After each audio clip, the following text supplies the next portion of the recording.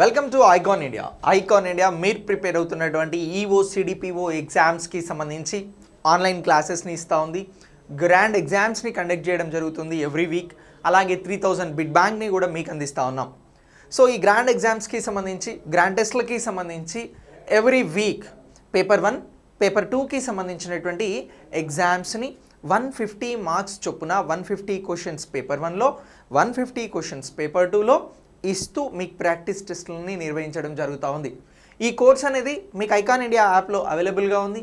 Online classes కావాలి అన్నా కూడా యాప్లో అవైలబుల్గా ఉన్నాయి. మీరు క్లాసెస్ని పొందవచ్చు, గ్రాండ్ టెస్ట్లని కూడా రాయవచ్చు.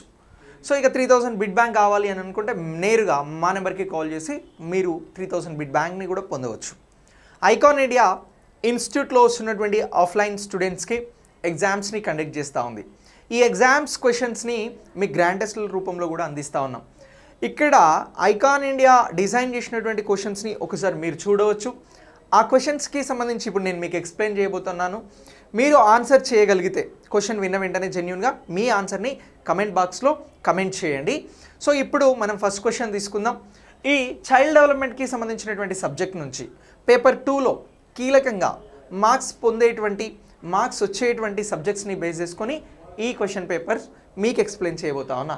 ఇక్కడ చూడండి, ఒక క్వశ్చన్ ఇస్తూ ఉన్నాను, దీనికి మీరు ఆన్సర్ చేయగలిగితే చేయండి. మరి క్వశ్చన్స్ ఎలా ఉంటాయి సార్ మేము నిర్వహించేటువంటి ఎగ్జామ్స్లో అని అంటే స్టేట్మెంట్ లెవెల్ ఉంటుంది, మ్యాచ్ ద ఫాలోయింగ్ ఉంటుంది, అసెండింగ్ డిసెండింగ్ ఆర్డర్స్ ఉంటాయి, కామన్ క్వశ్చన్స్ ఉంటాయి. అలాగే ఇలా క్వశ్చన్స్ని డిఫరెంట్గా టీఎస్పిఎస్సి ఇటీవల నిర్వహించినటువంటి ఎగ్జామ్స్కి అనుగుణంగా ఈ క్వశ్చన్ పేపర్స్ని మేము మేక్ చేస్తూ ఉన్నాం. సో ఇక్కడ మనం క్వశ్చన్ చూద్దాం. ఫస్ట్, మానవ వికాస దశలను జతపరచండి అని అడిగినాం. ఏమన్నా మానవ వికాస దశలను జతపరచండి. సో ఇక్కడ వికాస దశలు ఎన్ని ఇచ్చినాము అని అంటే శైశవ దశ, ఉత్తర బాల్య దశ, కౌమర దశ, మధ్యస్థ వయోజన దశ, 4 దశలను తీసుకున్నాం. ఈ నాలుగింటితో సింక్ చేద్దామని అంటే లేదు. ఇక్కడ అడిషనల్గా ఒక 2 స్టేట్మెంట్స్ అంటే ఒక 2 పాయింట్స్ ఎక్కువగా ఇవ్వడం జరిగింది. సో ఇక్కడ మరి ఇక్కడ ఉన్నటువంటి దశలను దేంతో మ్యాచ్ చేయాలి అని అంటే ఏజెస్తో కరెక్ట్గా మ్యాచ్ చేస్తే ఈ ఆన్సర్ అనేది మనకు వస్తుంది. సో మరి ఇక్కడ ఇచ్చినటువంటి 4 దశలలో ఫస్ట్ దశను ఏమంటున్నాం? శైశవ దశ అని అంటున్నాం. మరి శైశవ దశకి సంబంధించినటువంటి ఏజ్ గ్రూప్ తెలిస్తే మనకు రైట్. బేసిక్గా నేను ఒక ఎగ్జాంపుల్ చెప్తాను. శైశవ దశకి 2 సంవత్సరాల వరకు ఏజ్ గ్రూప్ అనేది కొలవడం జరుగుతూ ఉంది. మరి శైశవ దశకి 2 సంవత్సరాల ఏజ్ గ్రూప్ అంటున్నాం కాబట్టి ఎక్కడుంది ఏజ్ గ్రూప్ 2 సంవత్సరాలు అని అంటే ఇగో డీలో ఉంది, అలాగే ఈలో ఉంది. ఈ 2 చోట్ల కూడా మనకు 2 సంవత్సరాలు అనేది కనబడుతూ ఉంది. 2 సంవత్సరాలు కనబడుతుంది కాబట్టి శైశవ దశకి మనకు ఆన్సర్ దొరికినట్లే. మిగతా వాటిల్లో ఎక్కడ కూడా 2 అనేది లేదు. సో మరి ఇప్పుడు శైశవ దశ ఏజ్ని 1 సంవత్సరం నుంచి 2 సంవత్సరాల వరకు కొలుస్తామా, 0 నుంచి 2 సంవత్సరాల వరకు కొలుస్తామా అని అంటే దీనిని 0 నుంచి 2 సంవత్సరాల వరకు కొలుస్తామండి. సో అంటే ఇక్కడ ఉన్నటువంటి శైశవ దశని మనం ఏమంటున్నాము అని అంటే ఈ అని చెప్పేసి అంటా ఉన్నాం.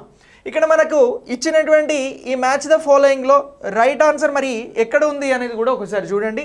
1లో 1E ఉంది, 2లో 1E ఉంది, 3లో కూడా 1E ఉంది, 4లో కూడా 1E ఉంది. ఓకేనా? సో అంటే ఇక్కడ మనకి ఎగ్జామినర్ పాయింట్ ఆఫ్ వ్యూలో అన్ని ఆప్షన్స్ కూడా సేమ్గా ఇచ్చి ఏ ఆప్షన్ రైట్ అని అడుగుతా ఉన్నాడు. ఇగో ఇలా మనకి ఒకటి ఆన్సర్ తెలిసింది.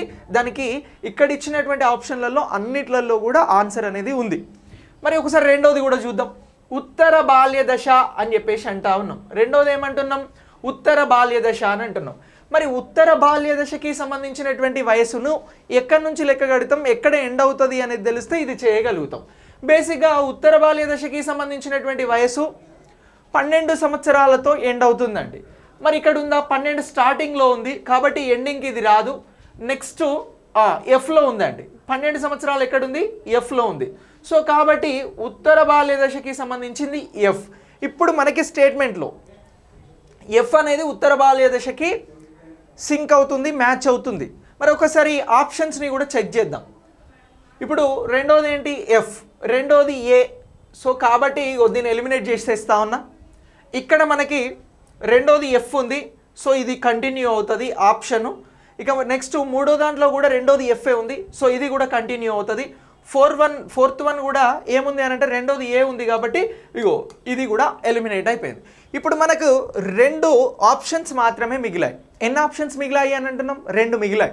2 ఎలిమినేట్ చేసినాం, ఎందుకంటే ఉత్తర బాల్య దశ అనేది 6 నుంచి 12 సంవత్సరాలు కాబట్టి ఎలిమినేట్ చేయడం జరిగింది. ఓకేనా? First 1, fourth 1 eliminate options. ఇక 2 మిగిలాయి.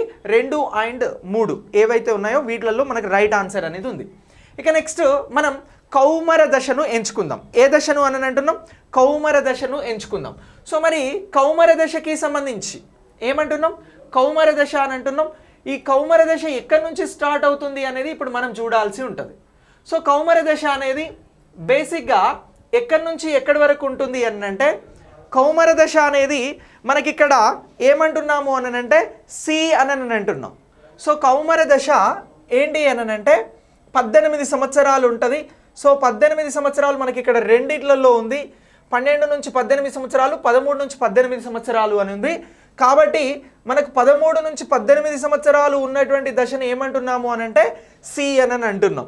సో ఇప్పుడు సి అనేటువంటిది ఇక్కడ ఎక్కడ ఉంది స్టేట్మెంట్లో అని అంటే, ఆప్షన్లో అని అంటే ఇగో ఇక్కడ ఉందండి. 2లో సి ఉంది, 3లో ఏ ఉంది. సో కాబట్టి ఇక్కడ 2 కూడా 12 నుంచి 18 సంవత్సరాలు, 13 నుంచి 18 సంవత్సరాలు అని ఇచ్చారు. కానీ ఇక్కడ కన్ఫ్యూజ్ చేయడం కోసం సేమ్ ఆప్షన్స్, సిమిలర్గా ఉన్నటువంటి ఆప్షన్స్ ఇచ్చారు. కానీ కౌమర దశ అనేది 13 నుంచి 18 సంవత్సరాలు ఉంటుంది కాబట్టి ఇగో మనం థర్డ్ స్టేట్మెంట్ని కూడా డిలీట్ చేయవచ్చు.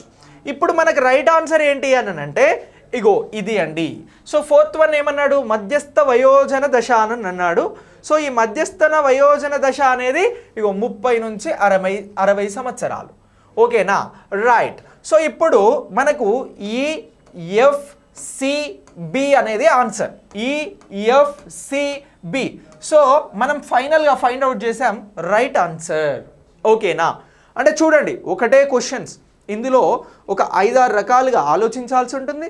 4కి ఎగ్జాక్ట్ ఆన్సర్ని మనం క్యాచ్ చేయాల్సి ఉంటుంది. సో ఇలా ఈ క్వశ్చన్స్ని డిజైన్ చేసి మీకు అందించడం జరుగుతూ ఉంది icon India. So statement is, so ఈ క్వశ్చన్కి సంబంధించి B is the right answer అని అంటున్నాం. సో ఏమంటున్నాం? B is the right answer. మీకు రేపు జరగబోయే ఎగ్జామ్లో ఎక్కువ క్వశ్చన్స్ ఈ లెవెల్లో అడుగుతారండి. మీరు ఈ లెవెల్లో ప్రిపేర్ అవ్వాలా సరే అంటే 100% ప్రిపేర్ అవ్వాలి. ఇప్పటి వరకు మీరు ఈ లెవెల్ ఆఫ్ ఎగ్జామినేషన్ కోసం ప్రిపేర్ కాకపోయినట్లయితే వెంటనే ఈ లెవెల్లో ప్రిపేర్ అవ్వడానికి సిద్ధంగా ఉండండి. వెంటనే స్టార్ట్ చేయండి, ఎందుకంటే ఆల్మోస్ట్ ఆల్ ఒక 50 రోజుల టైం ఉంది కాబట్టి. Okay, right. దీని తర్వాత ఇంకొక క్వశ్చన్ కూడా చూద్దాం. గర్భస్థ కాలంలో పిండం యొక్క వికాస దశలు 3 ఉంటాయండి. 3 దశలు ఉన్నాయి. ఇగో ఈ 3 దశలను చివరి నుంచి మొదటికి అమర్చండి అని అన్నారు. ఏమంటున్నాం? చివరి నుంచి మొదటికి అంటే డిసెండింగ్ ఆర్డర్లో అమర్చండి అని అంటున్నారు.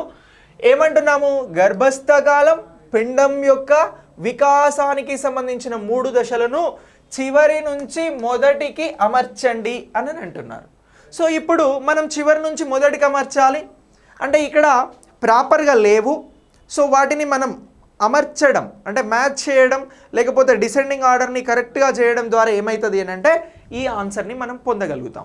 సో ఇక్కడ దశలు 3 ఏమున్నాయి? ఎంబ్రియోనిక్ దశ, పిండ దశ, బీజ దశ. 3 దశలు ఇచ్చారు. మరి ఇందులో ఇప్పుడు ఏమన్నాడు? గర్భస్థ కాలం పిండం యొక్క దశలను, వికాసం దశలను చివరి నుంచి మొదటికి అన్నాడు, మొదటి నుంచి అనలేదు. సో ఇప్పుడు ఇందులో మొదటి దశ ఏముంటుంది, చివరి దశ ఏముంటుంది, మధ్యస్థంగా ఏ దశ ఉంటుంది అనేది మనం ఐడెంటిఫై చేయగలిగితే ఈ ఆన్సర్కి రైట్ మనం చేసిన వాళ్ళం అవుతాం. సో ఇప్పుడు ఈ 3 దశలలో చివరి దశ మీరు ఏదనుకుంటున్నారు? మీ ఆన్సర్ని కమెంట్ బాక్స్లో పోస్ట్ చేయండి. సో ఇప్పుడు దశలు ఎలా ఉంటాయి అని అంటే ఫస్ట్ బీజ దశ ఉంటుందండి. రెండో దశ ఏది ఉంటుంది అని అంటే ఎంబ్రియోనిక్ దశ అనేది ఉంటుంది. ఏమంటున్నాం? ఎంబ్రియోనిక్ దశ. నెక్స్ట్ మూడోది ఏముంటుంది అని అంటే పిండ దశ అనేది ఉంటుంది. మనం చాలా సందర్భాలలో క్వశ్చన్ని సరిగా అర్థం చేసుకున్నప్పుడు ఎలా ఆన్సర్ చేస్తాము అని అంటే ఈ పద్ధతిలో ఆన్సర్ చేసేస్తామండి. బీజ దశ, ఎంబ్రియోనిక్ దశ, పిండ దశ. కానీ క్వశ్చన్లో ఇది అడగలేదండి. చివరి నుంచి మొదటికి అడిగాడు, మొదటి నుంచి చివరికి అడగలే. ఏమన్నారు? చివరి నుంచి మొదటికి అమర్చండి అని అన్నారు. సో కాబట్టి చివరిది అన్నప్పుడు ఏమొస్తుంది? పిండ దశ వస్తుందండి. సో ఏమంటున్నాం? ఇగో చివరిది పిండ దశ అని అంటున్నాం కాబట్టి దీనికి సంబంధించి రైట్ ఆన్సర్ మొదటిది పిండ దశ అని అంటున్నాం. ఇందులో రెండోది ఏమంటున్నాము అని అంటే ఎంబ్రియోనిక్, మూడోది ఏమంటున్నాము అని అంటే బీజ దశ. సో పిండ దశ అనేది మనకు బిలో ఉంది కాబట్టి ఇగో బి ఇక్కడ ఉంది, ఇక్కడ ఒక దగ్గరే ఉందండి బి. ఓకేనా, రైట్. సో ఇప్పుడు ఇక్కడ ఏమడిగినాడు, పిండ దశ అనేది మొదటగా వస్తుంది. ఇప్పుడు ఆన్సర్ కోసం చివరి నుంచి అడిగారు కాబట్టి రెండోది ఏమంటే ఇక్కడ ఎంబ్రియోనిక్ దశ అన్నారు, కానీ మన క్వశ్చన్లో ఇది ఏ అని అడిగారు. సో ఏ అనేది ఇక్కడ ఉంది. Okay, right. నెక్స్ట్ ఏమన్నారు అని అంటే బీజ దశ అన్నారు. బీజ దశ ఇక్కడ క్వశ్చన్లో వచ్చి సిగా ఉంది. సో రైట్ ఆన్సర్ వచ్చి BAC. Answer 3 is the right అండి. ఏమంటున్నాం, చివరి నుంచి మొదటికి అమర్చమన్నారు. సో మొదటి నుంచి చివరికి అమర్చమన్నప్పుడు ఏమొస్తుంది, ఫస్ట్ బీజ దశ వస్తుంది. బీజ దశ సి అని ఉంది, సి ఇక్కడ ఉంది. నెక్స్ట్ రెండోది ఏమొస్తుంది అని అంటే ఎంబ్రియోనిక్ అని అంటున్నాం, ఏ ఉంది. నెక్స్ట్ 3 ఏముంది అని అంటే పిండ దశ అని ఉంది. సో కాబట్టి బి ఉంది. సో అప్పుడు మనం బేసిక్గా ఈ ఆన్సర్ని చేయడానికి క్వశ్చన్ని సరిగా చదవనప్పుడు ఇగో ఆన్సర్ అనేది 1 చేస్తాం. క్వశ్చన్ని కరెక్ట్ చదివి వీటిని మనం ఒక క్రమ పద్ధతిలో అమర్చుకున్నప్పుడు మనం రైట్ ఆన్సర్గా 3ని చేస్తాం. సో కాబట్టి క్వశ్చన్ అనేది మీరు ప్రాపర్గా చదవాల్సిన అవసరం ఉంటుంది, దానికి సరిగా ఆన్సర్ చేయాల్సిన అవసరం అంతకంటే ఎక్కువగా ఉంటుంది అనేటువంటి అంశాన్ని ఇక్కడ గుర్తుంచుకోవాలి. ఓకేనా, మీకు సబ్జెక్ట్ అనేది అందరి దగ్గర ఉంటుందండి. సో కానీ ఎగ్జామ్లో ఇచ్చిన క్వశ్చన్ని ఎలా చదివి చాలా క్విక్ టైంలో నువ్వు ఎలా రియాక్ట్ అవుతున్నావు అనేదే నీ ఎగ్జామ్ని, నీ జాబ్ని డిసైడ్ చేయబోతా ఉంది. సో కాబట్టి క్వశ్చన్ని ప్రాపర్గా చదివి ఆన్సర్ చేసేటప్పుడు మీ విచక్షణతో ఆన్సర్ చేయగలిగితే మీరు అద్భుతమైన విజయాలను సాధిస్తారు. ఓకేనా, రైట్. ఇది మనకు ఆన్సర్ వచ్చేసింది. ఫైనల్గా 3 అనేది రైట్ ఆన్సర్ అని చెప్పేసి మాట్లాడుతూ ఉన్నాం. ఇక నెక్స్ట్ మరొక క్వశ్చన్ కూడా తీసుకుందాం. సో మరొక క్వశ్చన్ ఏంటి అని అంటే కౌమర దశ వికాస చర్యలు. ఇంతే క్వశ్చన్, అగైన్ స్టేట్మెంట్ క్వశ్చన్ ఇది. కౌమర దశ వికాస చర్యలు ఇక్కడ ఇచ్చారు. వికాస చర్యలను గురించి ఇవి కౌమర దశకి సంబంధించినవా కావా అనేది మనకి ఇక్కడ స్టేట్మెంట్లలో ఇచ్చారు. శారీరక మార్పులు వస్తాయి, ఏ. బి లైంగిక ఆకర్షణకు లోనవ్వరు. సి అభద్రతా భావాన్ని అభద్రతా భావాన్ని కలిగి ఉండరు. డి ఊహాశక్తి తగ్గి జ్ఞాపక శక్తి అనేది పెరుగుతుంది. సో ఈ 4 స్టేట్మెంట్లకి సంబంధించి కౌమర దశ వికాస చర్యలకి సంబంధించి ఇక్కడ ఏమడిగారు, సరికానిది గుర్తించండి అని చెప్పేసి అడగడం జరిగింది. సరైనవి అనలేదు, సరికానివి గుర్తించండి అని అంటున్నారు. ఇక్కడ చూడండి స్టేట్మెంట్లు చూసిన తర్వాత సరికానివి అని అడిగిన తర్వాత ఇక్కడ మనం ఆన్సర్ చేయాల్సింది ఏంటి అని అంటే 1 వచ్చి ఏ అండ్ బి అని ఉంది, 2 వచ్చి సి అండ్ డి అని ఉంది, 3 వచ్చి ఏసి మరియు డి అని ఉంది, 4 వచ్చి బీసీ మాత్రమే అని ఉంది. మీరు రైట్ ఆన్సర్ ఏమనుకుంటున్నారు, మీ ఆన్సర్ని ఒకసారి కమెంట్ బాక్స్లో పోస్ట్ చేయండి. ఓకేనా, రైట్. పోస్ట్ చేశారా మీ ఆన్సర్ని? ఇప్పుడు నేను ఒకసారి ఎక్స్ప్లెయిన్ చేస్తాను. కౌమర దశ వికాస చర్యలు ఏమన్నారు, శారీరక మార్పులు వస్తాయి, అలాగే లైంగిక ఆకర్షణకి లోనవ్వరు. సో నెక్స్ట్ అభద్రతా భావాన్ని కలిగి ఉండరు, ఊహాశక్తి తగ్గి జ్ఞాపక శక్తి పెరుగుతుంది అని అన్నారు. ఇచ్చినటువంటి వాటిలలో సరికానిది గుర్తించమని అన్నారు. మరి శారీరక మార్పులు వస్తాయి, ఇది సరైనది. ఓకేనా, నెక్స్ట్ లైంగిక ఆకర్షణకి లోనవ్వరు అని ఇచ్చాము. సో ఎస్, లైంగిక ఆకర్షణకి లోను గారు, ఇది కూడా సరైనదే. మరి సరికానిది ఏది అని అంటే అభద్రతా భావాన్ని కలిగి ఉండరు అని ఇచ్చారు. సో సరే, ఇక్కడ ఏముంటుంది అని అంటే కౌమర వికాస చర్యలకి సంబంధించి అభద్రతా భావాన్ని కలిగి ఉంటారండి. సో కాబట్టి ఇగో ఇది తప్పు, ఇది సరికాదు. అభద్రతా భావాన్ని కలిగి ఉంటారు. సో కాబట్టి ఇక్కడ ఏమన్నారు, అభద్రతా భావాన్ని కలిగి ఉండరు అని అన్నారు. కాబట్టి ఇది తప్పు, సరికాదు. నెక్స్ట్ ఏమంటున్నాం, ఊహాశక్తి తగ్గి జ్ఞాపక శక్తి పెరుగుతుంది అని అంటున్నాం. ఇది కూడా తప్పండి, ఊహాశక్తి కూడా పెరుగుతుంది. ఏం పెరుగుతుంది, కౌమర వికాస దశలో ఊహాశక్తి పెరుగుతుంది, జ్ఞాపక శక్తి పెరుగుతుంది. కాబట్టి ఇగో ఇది కూడా తప్పు. పైనిచ్చిన 2 రైట్ అండి. శారీరక మార్పులు వస్తాయి కౌమర వికాస దశలో, రైట్. రెండోది ఏమంటున్నాం, లైంగిక ఆకర్షణలకి లోనవ్వరు, రైట్. సో ఇక్కడ అభద్రతా భావాన్ని కలిగి ఉండరు అని అన్నాం, ఉంటారు అభద్రతా భావంతో, కాబట్టి ఇది తప్పు. ఊహాశక్తి తగ్గుతుంది అని అంటున్నాం, లేదు తగ్గదు. జ్ఞాపక శక్తి పెరుగుతుంది అని అంటున్నాం. ఈగో ఊహాశక్తి తగ్గి అని జ్ఞాపక శక్తి పెరుగుతుంది అన్నారు. రెండు కూడా పెరుగుతాయి. ఊహాశక్తి జ్ఞాపక శక్తి పెరుగుతుంది అన్నప్పుడు ఇది రైట్, కానీ ఊహాశక్తి తగ్గి అన్నారు కాబట్టి ఇగో ఇది కూడా తప్పు. కాబట్టి ఇప్పుడు మనకు C and D right answer, AB ఉంది, సి అండ్ డి ఇగో ఇది రైట్ అండి. సో మిగతా స్టేట్మెంట్లన్నీ కూడా తప్పు. సో అంటే మనం దీన్ని ఎలా ఐడెంటిఫై చేయగలుగుతున్నాము అని అంటే సబ్జెక్ట్ని చాలా క్లియర్గా నేర్చుకున్నప్పుడే ఇక్కడ ఐడెంటిఫికేషన్ అనేది వస్తుందండి. మనకి ఏ విషయంలో చిన్న అస్పష్టత ఉన్నా కూడా, ఏమాత్రం కొంచెం కన్ఫ్యూజన్లో ఉన్నా కూడా మనం ఆన్సర్ తప్పు చేయడానికి అవకాశం ఉంటుంది. సో ఆన్సర్ తప్పు చేయొద్దు, సరిగా చేయాలి అని అంటే మనం ప్రీవియస్గా చాలా ఎగ్జామ్స్ రాయాలి, మంచి సబ్జెక్ట్ని వినాలి. ఇవన్నీ కూడా మీకు ఐకాన్ ఇండియా అందిస్తూ ఉంది.